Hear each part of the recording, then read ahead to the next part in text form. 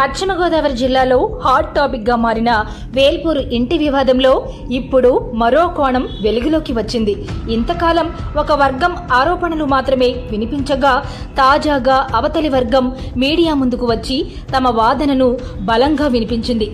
తణుకు నియోజకవర్గం వేల్పూరు గ్రామంలో ఓ ఇంటి వివాదం ఇప్పుడు హాట్ టాపిక్ గా మారింది. ఒకవైపు మా ఇంటిని ఆక్రమించేందుకు ప్రయత్నిస్తున్నారు, మాపై దాడులు జరుగుతున్నాయి, మాకు ప్రాణహాని ఉంది అంటూ జక్కంశెట్టి చందుసాయి కుటుంబం ఆరోపిస్తుంది. కదండి ఇదేనండి ఇల్లు మాదండి. ఇది అవుతుంది 10 సంవత్సరాల క్రితం బోధరాజు కావేరి, బోధరాజు రవికిరణ్, బోధరాజు శ్యామ అనే వాళ్ళకి అది అద్దెకిచ్చాం. వాళ్ళు అవుతే మా ఇల్లు అయితే ఆక్రమించేశారు. మరోవైపు ఇది మా సొంత ఇల్లు, 2017లోనే కొనుగోలు చేశాం, ఆక్రమణ కబ్జా ఆరోపణలు పూర్తిగా అవాస్తవం అంటూ బోధరాజు రవికిరణ్ కుటుంబం చెబుతోంది. అత్తగారు 2017 సంవత్సరంలో ఇల్లు కొనుక్కోవడం జరిగింది. ఆ ఇల్లు మామూలుగా రేక్ షెడ్ కింద ఉండేది. ఆ రేక్ షెడ్ దాన్ని ఇవి ఎస్టాబ్లిష్ పంపిస్తూ డాబా తయారు చేసుకుంటాం. ఇక్కడే అసలు ప్రశ్న మొదలవుతోంది. ఇల్లు ఎవరిది? వాస్తవం ఎవరి వైపు ఉంది? జక్కంశెట్టి సాయి దుర్గారెడ్డి ఆరోపణల ప్రకారం తమ ఇంటిపై రాళ్లతో దాడి జరిగిందని, అత్యవసర సమయంలో 112కి ఫోన్ చేయడంతో పోలీసులు వచ్చి పరిశీలించారని తెలిపారు. తమకు రక్షణ కల్పించాలని అధికారులను కోరుతున్నారు. ఇదే సమయంలో బోధరాజు కావేరి, రవికిరణ్ దంపతులు మీడియా ముందుకు వచ్చి తమ వాదన వినిపించారు. 2017లోనే జక్కంశెట్టి వరలక్ష్మి నుంచి తమ కుటుంబ సభ్యురాలు పూజ్యం భవానీ ఈ ఇంటిని కొనుగోలు చేశారని తెలిపారు. కొనుగోలు చేసిన తరువాత భవనాన్ని అభివృద్ధి చేసి 2024 వరకు తమ కుటుంబ సభ్యురాలు అక్కడే నివసించారని చెప్పారు. ఆమె మరణం తరువాత ఇంటిని అద్దెకు ఇచ్చామని, ఇప్పుడు తమపై ఇంటి ఆక్రమణ ఆరోపణలు చేస్తున్నారని బోధరాజు కుటుంబం ఖండించింది. ఇంటి యాజమాన్యానికి సంబంధించిన పత్రాలు తమ వద్ద ఉన్నాయని, రెవెన్యూ అధికారుల సమక్షంలో వాటిని చూపించి వాస్తవాలను నిరూపిస్తామని వారు చెబుతున్నారు. మరోవైపు తమపై దాడులు జరుగుతున్నాయని జక్కంశెట్టి కుటుంబం పోలీసులను ఆశ్రయిస్తోంది. ఈ వివాదంలో మాజీ ప్రజాప్రతినిధుల పేర్లు కూడా ఇరు వర్గాల మాటల్లో వినిపిస్తున్నాయి. అయితే వారిపై వచ్చిన ఆరోపణలను మరో వర్గం ఖండిస్తోంది. అంటే ఆరోపణలు ఒకవైపు, ప్రత్యారోపణలు మరోవైపు. ఇప్పుడు ఈ వివాదానికి కీలకమైన ఆధారం ఒక్కటే: రిజిస్ట్రేషన్ పత్రాలు, రెవెన్యూ రికార్డులు, ఇంటి యాజమాన్యానికి సంబంధించిన అధికారిక ఆధారాలు. ఆ పత్రాలను అధికారులు పరిశీలించి చట్టపరంగా ఎవరి హక్కు ఏమిటో తేల్చాల్సి ఉంది. అప్పటి వరకు సోషల్ మీడియాలో వచ్చే ఆరోపణలను వాస్తవాలుగా భావించకుండా అధికారిక విచారణలో తేలే నిజాల కోసం వేచి ఉండాల్సిందే. వేల్పూరు ఇంటి వివాదంలో అసలు వాస్తవం ఏమిటి? అధికారుల విచారణ తర్వాతే స్పష్టత రానుంది. జక్కంశెట్టి సాయి దుర్గారెడ్డి తన పాపులారిటీ కోసం, సోషల్ మీడియాలో ఫేమ్ అవడం కోసం మా జీవితాలను రోడ్డుపైకి లాగుతున్నాడని బోధరాజు కుటుంబం ఆరోపించింది. కేవలం ప్రచారం, పాపులారిటీ కోసమే తమపై ఈ ఆరోపణలు చేస్తున్నారని వారు పేర్కొన్నారు.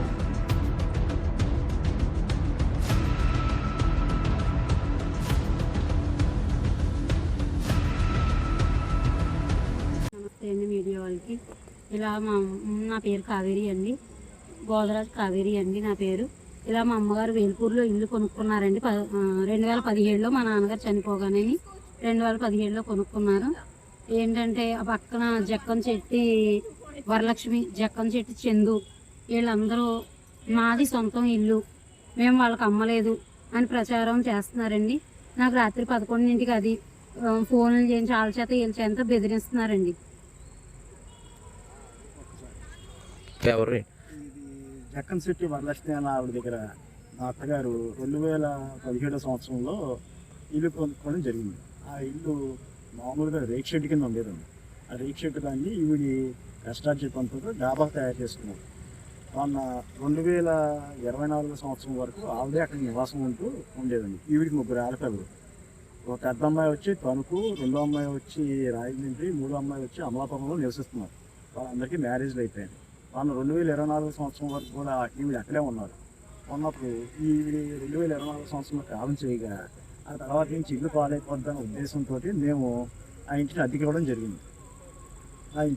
జరిగింది. ఇటీవల కాలంలో ఈ జక్కంశెట్టి వరలక్ష్మి, ఈ జక్కంశెట్టి సాయి చందు అన్న అబ్బాయి ఇద్దరు కలిసి మమ్మల్ని రోజు బ్లాక్మెయిల్ చేయడం, ఇల్లు మాది మాది మాది అని చెప్పేసి పదే పదే మమ్మల్ని బ్లాక్మెయిల్ చేస్తూ రోజు నానా రకాలుగా ఫోన్లు చేస్తూ మనం టార్చర్ చేయడం జరిగిందండి. నెక్స్ట్ వీళ్ళు ఏంటంటే ఈ మీడియా ద్వారా దాని ద్వారా దీని ద్వారా మా పేర్లు వాడుతూ మేము అన్యాయంగా వీధి ఆక్రమిస్తున్నాం అని చెప్పేసి వీళ్ళు నానా విధమైన ఆరోపణలు చేస్తూ పోలీస్ స్టేషన్కి వెళ్ళి మా మీద కంప్లైంట్లు పెట్టుతూ మమ్మల్ని భయభ్రాంతులు గురి చేస్తున్నారు. వీళ్ళు ఏంటంటే ఇందులో ఉన్నది ఏంటంటే ఈ పన్ను కాగితం ఒకటిను ఇంటి కరెంటు బిల్లు ఒకటి వాళ్ళ పేరు మీద ఉండిపోయాయండి. వాళ్ళ పేరు మీద ఉండిపోయిన కారణంగా ఈ ఇల్లు మాది ఇవి పట్టా భూములు. రావని మేము అందరినీ 3 సెంట్ల స్థానంలో సెంటున్నర వీళ్ళకి అమ్మి ఈ డాబా తయారు చేశారండి. ఈ డాబా ఈ పట్టా భూమి పోని మార్చుకుందాం అని చెప్పేసి మేము పంచాయతీ ఆఫీస్కి తిరిగి అక్కడికి ఇక్కడికి వెళ్తే వీళ్ళు ఏంటంటే ఇవన్నీ మారవు, ఇది పట్టా భూములు కదా అని చెప్పేసి మాకు చెప్పారు. సరే అయితే అని చెప్పేసి ఈ అబ్బాయి ఫస్ట్ స్టార్టింగ్ చేయడం ఏంటంటే అమ్మఒడి రావట్లేదని చెప్పి స్టార్ట్ చేశారు. అమ్మఒడి రావట్లేదని స్టార్ట్ చేసిన దాన్ని సరే అయితే అని చెప్పి కరెంట్ ఆఫీస్కి వెళ్ళి మా ఆధార్ కార్డు అక్కడ ఇచ్చి ఈ మీటర్కి మా ఆధార్ కార్డు లింక్ చేయమని చెప్పాము. సరే అని చెప్పి వాళ్ళు చేశారు. తర్వాత ఈ అమ్మఒడి అయిపోయిన తర్వాత ఈ అబ్బాయి ఏమో ఇల్లు మాది అని చెప్పేసి మేము కబ్జా చేసామని చెప్పేసి మా ఇంట్లో ఉన్న అధికున్న వాళ్ళని కూడా భయభ్రాంతులు గురి చేస్తూ నోటీసులు పంపిస్తూ నానా విధంగా మమ్మల్ని చాలా ఇబ్బంది పెడుతున్నారు. ఈరోజు నిన్న మాకు సుమన్ టీవీ ఏంటి వేరే ఛానల్లో మా పేర్లు దీన్ని కబ్జా చేశారంట కదా అది అంటే ఏమని చెప్పి మాకు నానా రకాలుగా ఫోన్లు రావడంతో ఈ రోజు నేను స్పందించడం జరిగింది. ఎందుకంటే తాళాలు వేసేసి ఒక రకంగా చేస్తున్నారండి. ఒక ఆడపిల్లకి రాత్రి 12-11 బెదిరింపు కాల్స్ వస్తున్నాయండి. మేమేంటంటే మా పని పొద్దున్న లేచి మా పని నేను చూసుకోవడం ఆ విధానంలో మేము ఉండిపోయేసరికి ఇది పెద్దగా మేము ఈ చేయలేదు కాబట్టి వీళ్ళు ఏంటంటే మీరే ఆక్రమించారని చెప్పేసి నెక్స్ట్ వేల్పూర్ మాజీ సర్పంచ్ గారిని రెడ్డి వరప్రసాద్ గారిని ఇందులో ఇన్వాల్వ్ చేసి ఆయన మాకు సపోర్ట్ చేస్తున్నారు, ఆయన ఇచ్చేస్తున్నారు అని చెప్పి ఆయన కూడా నానా విధంగా దుర్భాషలాడుతూ ఆయన మీద కూడా కేసులు పెట్టండి అని చెప్పేసి వీళ్ళు ప్రోత్సహిస్తూ వీళ్ళు ఏంటంటే ఆయన్ని కూడా ఇందులో తీసుకొస్తే పొలిటికల్గా ఏమైనా పైకి ఎదగచ్చు కదా అన్న ఉద్దేశంతో ఈ అబ్బాయి ఈ ప్రముఖ రాజకీయ నాయకులతో ఫోటోలు దిగుతూ ఈ ఫోటోలన్నీ మాకు చూపిస్తూ నాకు వీళ్ళ సపోర్ట్ ఉంది వాళ్ళ సపోర్ట్ ఉంది అని చెప్పేసి మమ్మల్ని రోజు భయభ్రాంతులు గురి చేస్తున్నారు. దాని మీద మేము ఈ రోజు మీడియా ముందుకు రావాలని జరిగింది. మీరు దీని గురించి స్పందించి నిజాలు కనుక్కొని అంటే ఇల్లు అతనిది మీరు అందులోనే కబ్జా చేశారు, మీరు అద్దుకున్నారని అంటున్నారు. వాస్తవంగా ఏంటండి? తణుకులో నుంచి 25 years నుంచి తణుకులోనే ఉంటున్నాం. మేము ఆ ఇంట్లో అద్దెకొనడం కానీ ఆ ఇంట్లో ఏ రోజు ఉండడం కానీ జరగలేదు. మా అత్తగారే అందులో ఉండేవారు. మా అత్తగారు 2024 సంవత్సరం వరకు అందులోనే ఉన్నారు. ఆ తర్వాత ఆవిడ ఎక్స్పైర్ అయిన తర్వాత మేము అద్దెకి ఇవ్వడం జరిగింది. ఖాళీగా ఉంటే ఇల్లు పాడవుతుందని చెప్పేసి వాళ్ళు అద్దెకి చెప్తే ఇల్లు పాడవుతుందనే ఉద్దేశంతో అద్దెకి ఇవ్వడం జరిగిందండి. ఇది కూడా 3 సంవత్సరాలైంది. ఏ రోజు వాళ్ళకి పోనీ మా ఇంట్లో ఉన్న వాళ్ళని మీరు కనుక్కొని వాళ్ళ అద్దెకి మీకు ఏ రోజు తీసుకెళ్ళి ఇచ్చారా అని చెప్పి వాళ్ళు అడగండి. నెక్స్ట్ అదే వీధిలో ఎవరిని అడిగినా సరే వాళ్ళు వీళ్ళు కొనుక్కున్నారా వీళ్ళు కబ్జా చేశారా అని చెప్పేసి వీధిలో ఎవరన్నా అడిగినా చెప్తారు. అదే మీ ఇల్లు విషయమై ఆల్రెడీ జిల్లా కలెక్టర్ గారు కూడా చాలాసార్లు ఫిర్యాదు చేశారని కూడా అతను చెప్తున్నాడు. చేసి అని చెప్పేసి మాకు తెలిసిందండి. ఇది ఈ మీడియా ద్వారా మాకు తెలిసింది.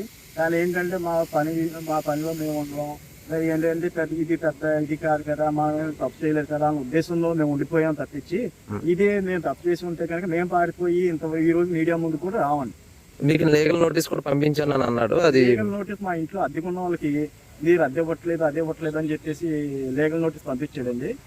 దాని నిమిత్తం వాళ్ళ మా అడ్వకేట్ కూడా మా ఫ్రెండ్ ఉంటే అతనితో కలిస్తే మీరు రెస్పాన్స్ అవ్వాలి, దానికి నోటీస్ మీరు రెస్పాన్స్ అవ్వాలి, ఈ అమ్మాయి కూడా నీకు సంబంధం లేదని చెప్పేసి ఈ అమ్మాయి కూడా లీగల్ నోటీస్ మళ్ళీ పంపించారు. ఇప్పుడు సాయి చందన్ అబ్బాయి మీకు ఎలా పరిచయం? అతను జనరల్ గా ఏంటండి? అతను ఏ విధమైన పరిచయాలు లేవండి.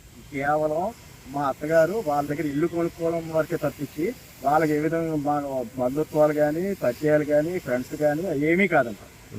మీ మీద మరి చాలా ఎలిగేషన్ చేస్తున్నాడు, మీరు ఇబ్బంది పెడుతున్నారు, ఆక్రమించాలంటున్నాడు. అవ్వడం, ఇలాగ ప్రచారం చేసుకోవడం, ఇలాగ పబ్లిసిటీ అయ్యి కొద్దిగా ఏదన్నా కొద్దిగా ఒత్తిడి చేస్తే అమౌంట్ ఏమో వస్తుందేమో అని చెప్పి బ్లాక్మెయిల్ థియరీలో వెళ్తున్నాడు అండి అబ్బాయి.